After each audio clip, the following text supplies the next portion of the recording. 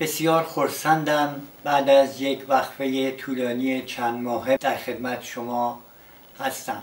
برای کسایی که هیچ گونه سابقه ذهنی و یا عینی نسبت به کار امیر جائل ندارن، ایجاب میکنه مطالبی رو خیلی خلاصه خدمتتون عرض بکنم.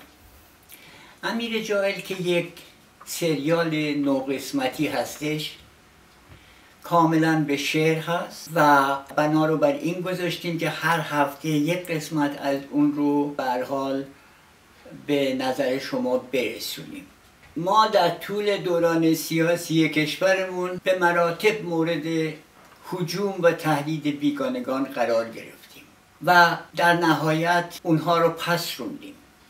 اما اگر در ارتباط با مذهبیون که بیش از 1000 ساله که ما رو درگیر خودشون کردن توفیق زیادی نداشتیم، صرفا به این خاطر بود که ما از عقوبت کار میترسیدیم.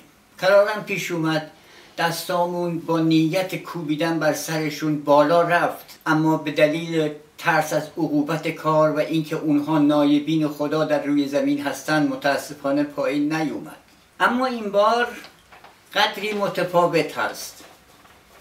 این بار همه ما به عین و با همه وجودمون در یک ارتباط تنگاتنگ شاهد شقاوت، قساوت و نااهلی این قوم در واقع کثیف بودیم.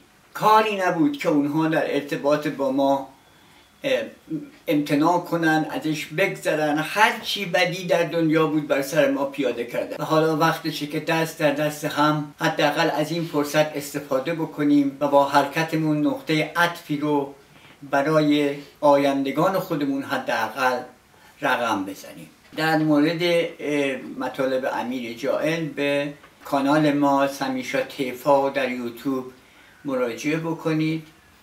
این کار 9 قسمتی به شعر در اونجا هست و امیدوارم که خوشتون بیاد.